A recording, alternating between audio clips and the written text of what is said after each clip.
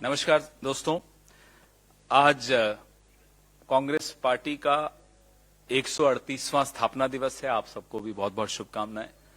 आपकी और हमारी यात्रा मंगलमय हो, क्योंकि हम सब मिलकर एक डगर पर चल रहे हैं। आप अपना काम कर रहे हैं, हम अपना काम कर रहे हैं। ये सहयोग बना रहे। एक बहुत गंभीर विषय है जिस पर हम आज आपको परेशान कर रहे हैं।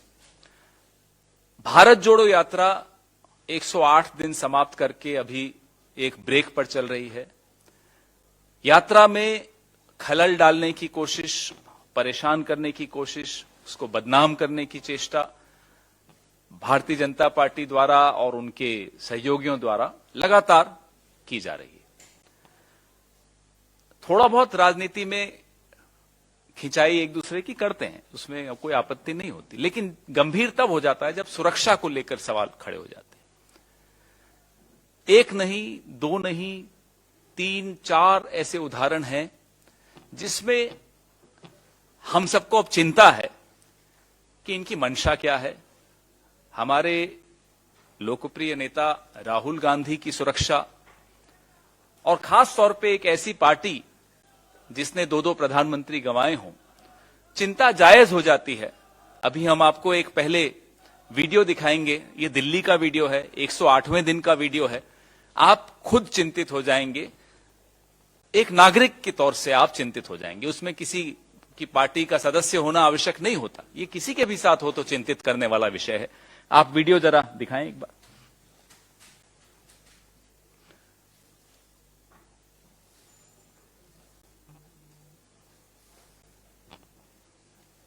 आप देखिए कैसे भीड़ टूट पड़ रही है।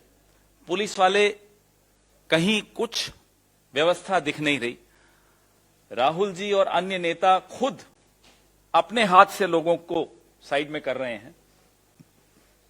यह दिल्ली लाल किला के पास का मंजर है। यह दृश्य इससे लगभग मिलता जुलता दृश्य बदरपुर, जब हम दिल्ली में प्रवेश किए थे तब कई लोग गिर गए। यही व्यवस्था बनाने के लिए, व्यवस्था बनाने का काम मेरा और आपका नहीं है, व्यवस्था बनाने का काम प्रशासन का और पुलिस का होता है।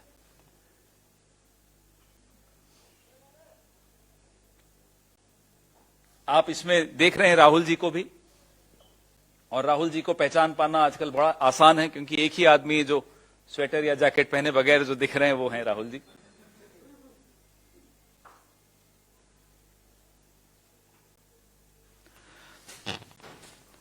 इससे पहले आपको जानकारी है, मेरे साथी, मेरे बगल में जो बैठे हैं वैभव वालिया जी, इन्होंने एक एफआईआर भी कराई थी 23 तारीख को सोहना सिटी पुलिस स्टेशन में। उस पर मैं इनको बाद में बोलूंगा कि आपको और खुलासा करें उसके विषय में। आज एक पत्र हमारे महासचिव संगठन श्री केसी वेणुगोपाल जी ने माननीय गृह मंत्री को लिखा है। वो पत्र विनीत जी अभी आपको मोबाइल पे भेज रहे हैं, जिसमें उन्होंने उनका ध्यान आकर्षित किया है ऐसे उदाहरणों पर। 24 दिसंबर का सबसे पहला उदाहरण उन्होंने दिया, ये दिल्ली का जो मैंने आपको वीडियो दिखाया इसका उदाहरण, कि कैसे जो एक पेरीमीटर बनाया जाता है नेता के आसपास वो नहीं बनाया गया, और जेड कैटेगरी की सिक्योरिटी है राहुल जी को, उसके बावजूद उसका पालन पुलिस द्वारा नहीं किया गया। उसका दूसरा उदाहरण दिया वैभव वालिया जी की जो एफआईआर है, जिसमें इंटेलिजेंस ब्यूरो के लोग हमारे कंटेनर्स में गैरकानूनी रूप से घुस गए थे। उसकी पूरी जानकारी ये देंगे। और अब हम जो आगे बढ़ रहे हैं, संवेदनशील इलाकों में जा रहे हैं, पंजाब में जा रहे हैं, जम्मू कश्मीर में जा रहे हैं, तो ये आगाह करना भारत सरकार को और गृह मंत्री को आवश्यक हो जाता है। आप हमें नकली वीडियो बना के, फेक व्हाट्सएप करके जितना बदनाम करने की आपने कोशिश की वो कर लीजिए, हमें कोई आपत्ति नहीं, हम लड़ लेंगे, संघर्ष कर लेंगे। लेकिन भारत जोड़ो यात्रा एक यज्ञ है, एक तपस्या है, और यज्ञ में व्यवधान डालने वालों को मैं और आप जानते हैं क्या कहा जाता है, वो राक्षस कहलाते हैं। तो यज्ञ में जो व्यवधान डाल रहे हैं उनको हम आगाह कर रहे हैं, बाज आइए व्यवधान डालने से, क्योंकि यज्ञ तो पूरा होके रहेगा। इसको तो आप रोक नहीं सकते, और ये तपस्या भी पूरी होके रहेगी, इसको आप रोक नहीं सकते। भारत जुड़ के रहेगा, इसको आप तोड़ नहीं सकते। मैं वैभव वालिया जी से आग्रह करता हूं कि जो 23 दिसंबर को इन्होंने एफआईआर की, उसका क्या स्टेटस है, उसका क्या कारण था, वो सब आपको बताएं। थैंक यू पवन जी। सबसे पहले मैं आप सभी लोगों का आज यहां हमारी प्रेस कॉन्फ्रेंस में स्वागत करता हूं। आप सभी लोगों को और आप सभी के माध्यम से देश के समस्त जनता को और कांग्रेस के सभी कार्यकर्ताओं को कांग्रेस स्थापना दिवस की शुभकामनाएं देता हूं। और 2-3 बहुत महत्वपूर्ण चीजों पर आपका ध्यान डालना चाहता हूं।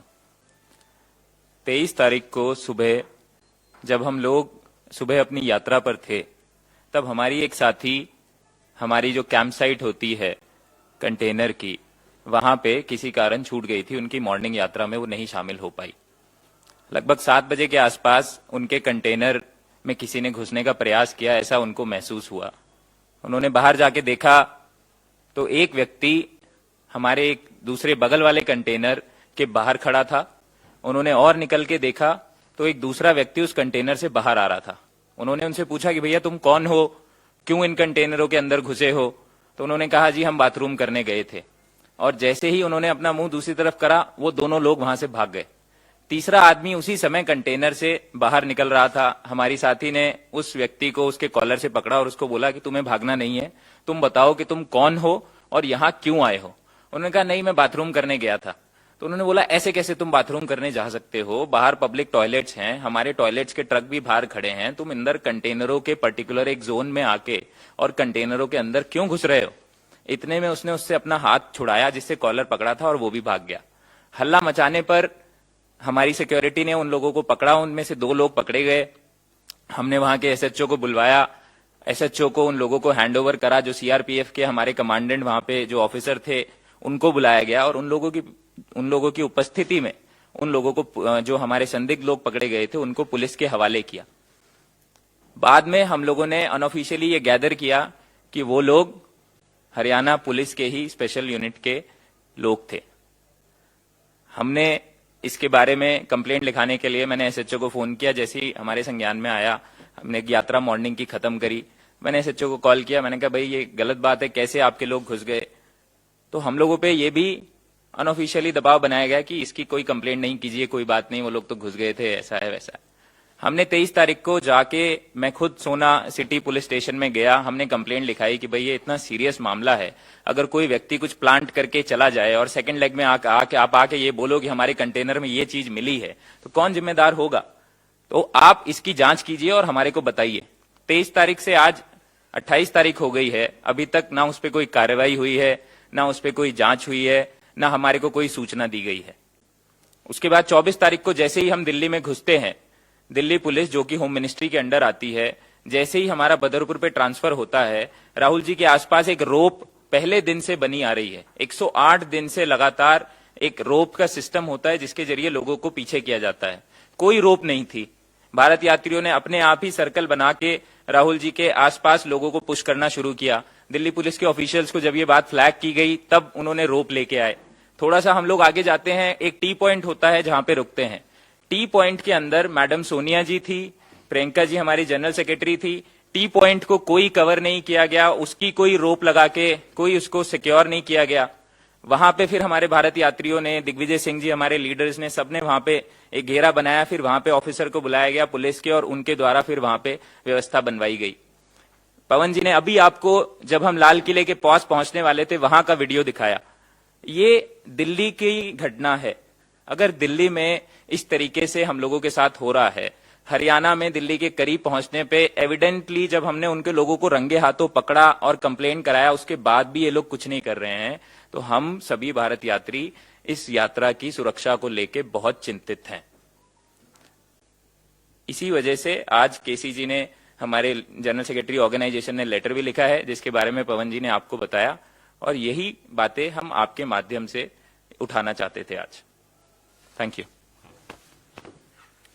तो आपने सुना कैसे भीतर घुसने की कोशिश की गई, और ये मैं दावे के साथ कह सकता हूं इन सब के बिहाफ पे भारत यात्रियों के, कि ये षड्यंत्र रचा जा रहा है। षड्यंत्र न केवल यात्रा को रोकने का है, जो बार बार सुनाई देता है, कभी कोविड के नाम से आप बहानेबाजी कर लेते हो। कल हमने देखा, परसों लोकसभा के स्पीकर अस्पताल में जाकर कंबल बांट रहे थे, कोई मास्क नहीं पहना हुआ था, राम मनोहर लोहिया हॉस्पिटल में। तो नियम सिर्फ भारत जोड़ो यात्रा पर लागू होंगे और नियम घोषित नहीं होंगे, सिर्फ बदनाम किया जाएगा भारत जोड़ो यात्रा को। तो न केवल रोकने का षड्यंत्र है, भारत जोड़ो यात्रा को बदनाम करने का षड्यंत्र है, और जोड़ने के इस यज्ञ को कौन रोकना चाहेगा? जाहिर सी बात है, वो रोकना चाहेगा जो तोड़ना चाहता है भारत को। तो सबके चेहरे सबके सामने आ रहे हैं, कौन जोड़ना चाह रहा है और वो जोड़ने के लिए क्या क्या कर रहा है। 108 दिन लगातार चल रहे हैं, और तोड़ने वाले अपनी पुलिस के माध्यम से, अपनी दोस्ताना मीडिया के माध्यम से, अलग अलग माध्यम से इस यात्रा में खलल डालने की कोशिश की जा रही है। हम ये पत्र तो आपको भेज ही रहे हैं, लेकिन साथ ही साथ एक चेतावनी भी दे रहे हैं भारतीय जनता पार्टी को भी, उनके सहयोगियों को भी। बाज आएं, राक्षसों वाला काम मत करें, यज्ञ में खलल मत डालें। आपके सवाल।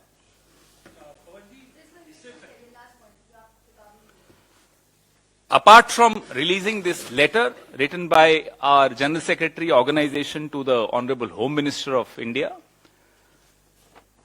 we are also issuing a warning to the Bharatiya Janata Party and its supporters. Please refrain from defaming Bharat Jodo Yatra. Do not even attempt to stop Bharat Jodo Yatra. You will not succeed. Anybody who is trying to stop India from getting united is definitely against the concept of a united India and is responsible for attempting to break India. Their faces stand exposed. Who can be against the concept of uniting India? Obviously, the ones who do not want to see a united India. Their faces are for everyone to see. We are entering Jammu and Kashmir and Punjab. These are sensitive states. We have drawn the attention of the Honorable Home Minister through this letter to the regular breach in security of the Bharat Jodo Yatra. My colleague Vaibhav Walia filed an FIR on the 23rd of December in the Sohna City Police Station because apparently some IB officials tried to barge into our containers illegally, completely illegally. They have no business to be where they were. And when they were caught red-handed, they tried to escape. The police has not yet acted on the FIR done by Mr. Vaibhav Walia on the 23rd of December. When the Yatra entered Delhi, we saw shocking scenes at Badarpur. There was a total collapse of order. There was no rope team, the rope party which protects the leader and regulates the crowds. When the Yatra approached the Lal Killa area, again there was a collapse. We showed you the video. In fact, Rahul Gandhi and other leaders were trying to regulate the crowds. There was no police presence, not enough in any case. So these are examples that we've given. We are not even talking about the way they have tried to defame the Yatra, the way they have tried to stop the Yatra, the way they have tried to spread rumors about the Yatra. That we are capable of fighting. We will fight. We have been fighting. But when it comes to the security of Bharat Yatris, it's a very serious concern. This is a party which has lost not just two of its prime ministers, but it has lost an entire leadership of Chhattisgarh in the Naxal attack. So, our concerns need to be addressed, especially when we enter the sensitive states of Punjab and Jammu and Kashmir. Your questions, please.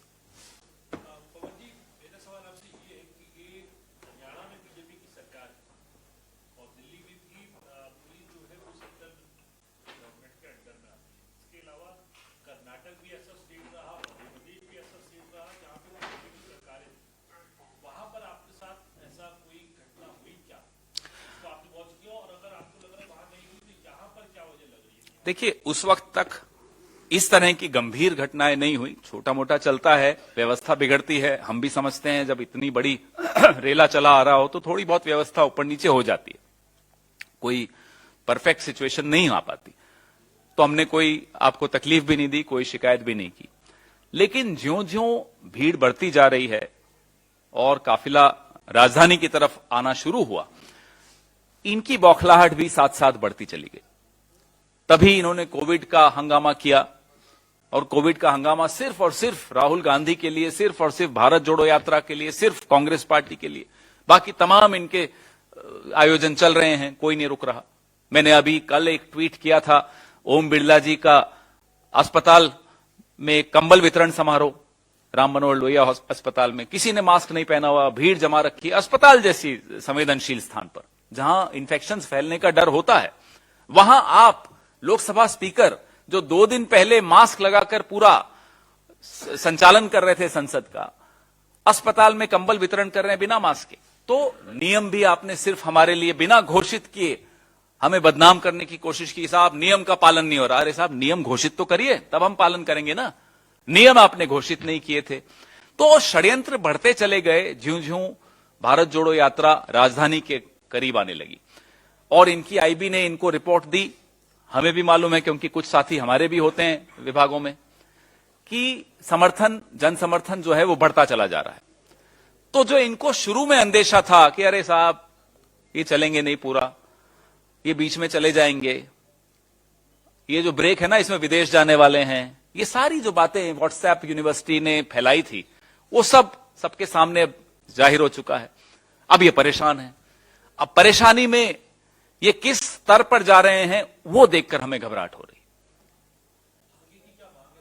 हमारी मांग ये है कि संविधान का एक article 19 है जो हमें स्वतंत्रता देता है कि हम इस तरह के आयोजन कर सकते हैं। भारत जोड़ो यात्रा हमारा एक अधिकार है, कर्तव्य तो है ही। उसमें खलल, नंबर 1 खलल मत डालिए। नंबर 2, उसको सुचारू रूप से चलने में जो सहयोग पुलिस प्रशासन से मिलना चाहिए वो मिलना चाहिए। उस पे कोई आपका, क्योंकि आपकी सरकार है इसका मतलब नहीं कि सब कंट्रोल आपका है। पुलिस सबके लिए है, प्रशासन सबके लिए है। तो वो जो पत्र वेणुगोपाल जी ने लिखा है उसमें स्पष्ट ये उदाहरण दिए हैं। वैभव वालिया जी की एफआईआर का उदाहरण दिया है, जो लाल किले पे व्यवस्था बिगड़ी थी उसका उदाहरण दिया है, और यह भी बोला है कि अब हम पंजाब जम्मू कश्मीर की तरफ बढ़ रहे हैं। आपसे ये उम्मीद की जाती है कि आप हमारे भारत यात्रियों की सुरक्षा का ध्यान देंगे, विशेष ध्यान देंगे। सर कल इसी सिलसिले में, यात्रा के सिलसिले में ही संगठन महासचिव आपके परसों इनफैक्ट उन्होंने जम्मू कश्मीर के एलजी से मुलाकात की। इस बारे में कुछ आप बता पाएंगे कि वहां से क्या आश्वासन मिला है सुरक्षा को लेकर के, और आप लोगों की क्या ये भीड़ वगैरह तो फिर भी एक बहुत बहुत बड़ा मामला नहीं है, लेकिन जम्मू कश्मीर में जिस तरीके के हालात रहे हैं बीते कई सालों में, उसमें आप लोगों की क्या चिंता है और एलजी की तरफ से क्या? देखिए साहब, हमें तो अगर सरकार की माने तो जम्मू कश्मीर में तो स्थिति सामान्य हो चुकी है। पहली बार सामान्य हुई थी 8 नवंबर 2016 को जब नोटबंदी आ गई थी। फिर सामान्य हुई 4 अगस्त को 2 साल पहले जब 370 हटा दिया था। सब कुछ तो सामान्य है, वहां क्या दिक्कत है? सरकार तो यही कहती है सब कुछ सामान्य है। फिर भी अगर हमें रोकेंगे या हमें सहयोग नहीं देंगे या हमें हतोत्साहित करने की कोशिश करेंगे, तब दूध का दूध और पानी का पानी आप सबके सामने होगा।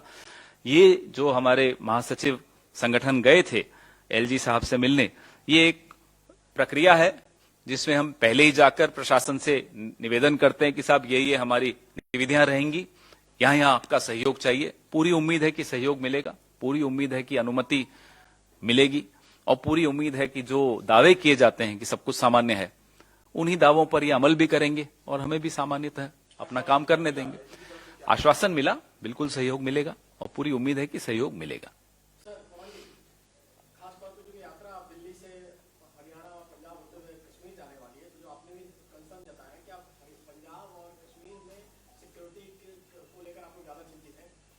चिंतित इसलिए हैं, जैसा कि मैंने बताया, आपको बताने की आवश्यकता नहीं है कि कैसे हम लोगों ने अपने नेता गंवाए, प्रिय नेता गंवाए, और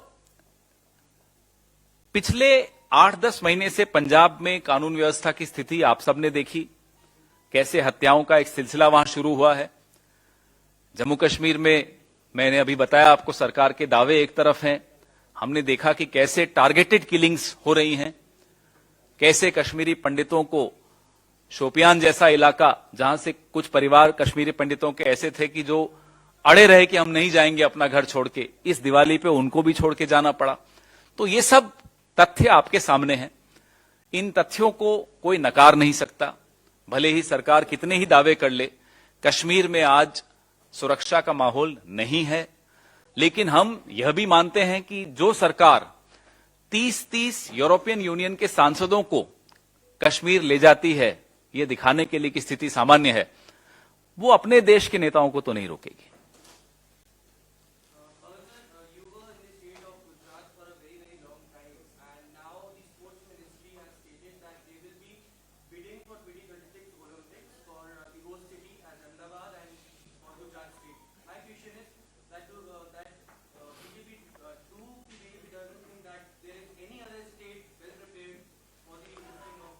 There is a federal structure in our country. We welcome any state which succeeds in the bid. After all, it's India which will get the honor. So I don't want to play one state against the other. That's not the way Congress functions. I am sure the government would have considered all pros and cons for every state. There has been a controversy about businesses shifting from Maharashtra to Gujarat. I hope the government doesn't have political considerations in such decisions which are of national importance. You spoke about law and order during law and order in Jammu and Kashmir, but yes, the BJP is targeting you now on the kind of law and order that is happening in the state of Chhattisgarh. Just a few days ago, a 21-year-old girl was stabbed with screwdrivers by a person and for the last 4 days, the police has not been able to nab the accused in this entire matter. The BJP has been in question. You can't compare an unfortunate murder of Chhattisgarh with the kind of law and order disturbances in Kashmir, where the Kashmiri Pandits, leave alone going back to their hometowns. Those who stayed back are now being forced to leave. The targeted killings of Kashmir can't be undermined by using any other example, by any whataboutery. What happened in Chhattisgarh is definitely unfortunate, and we are sure our government will succeed in nabbing, not just nabbing the criminals, but also bringing justice to the person who died.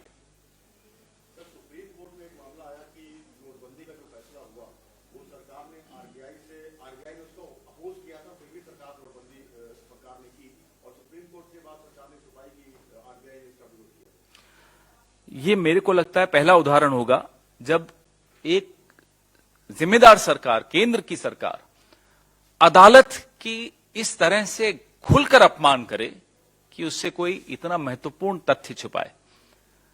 लगता ही नहीं कि ये कोई सरकार में बैठा हुआ व्यक्ति कोई कर सकता है, लगता ही नहीं कि सरकार ऐसा कर सकती है।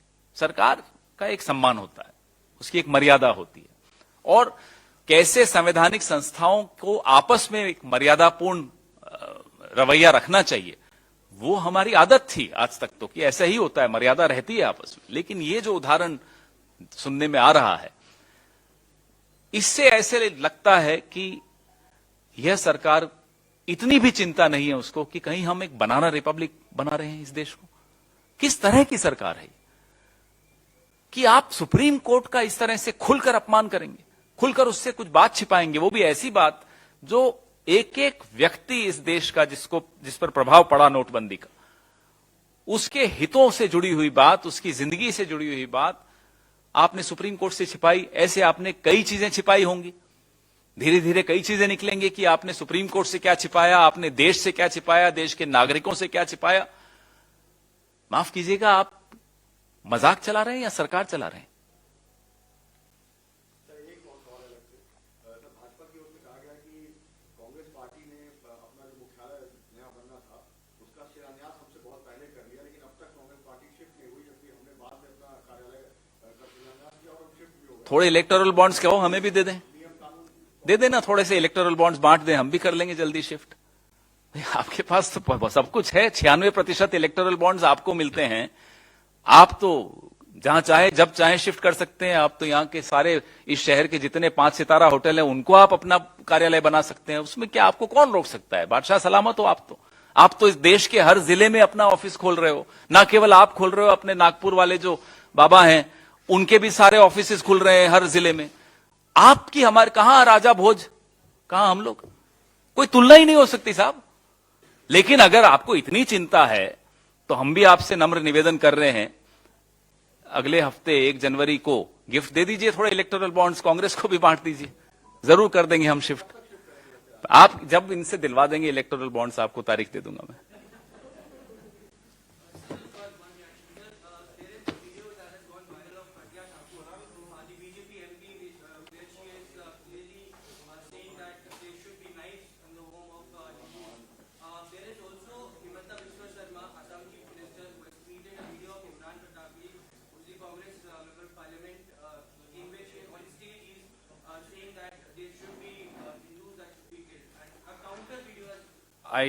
I don't think any of our leaders can ever talk the language which the BJP rank and file talks in.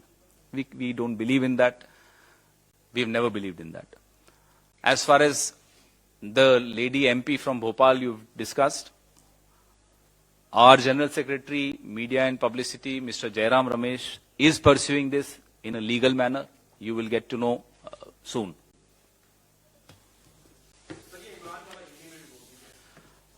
Congress party का कोई भी नेता न हिंसक विचार में विश्वास रखता है, न हिंसक आचार में विश्वास रखता है, न हिंसक प्रचार में विश्वास रखता है। तो इसलिए रही बात ये महिला सांसद की, भोपाल की सांसद की, तो हमारे महासचिव मीडिया एंड पब्लिसिटी के जयराम रमेश जी इसकी में कानूनी रास्ते पर जा रहे हैं और अदालत का दरवाजा खटखटाएंगे, आपको शीघ्र ही उस जानकारी देंगे।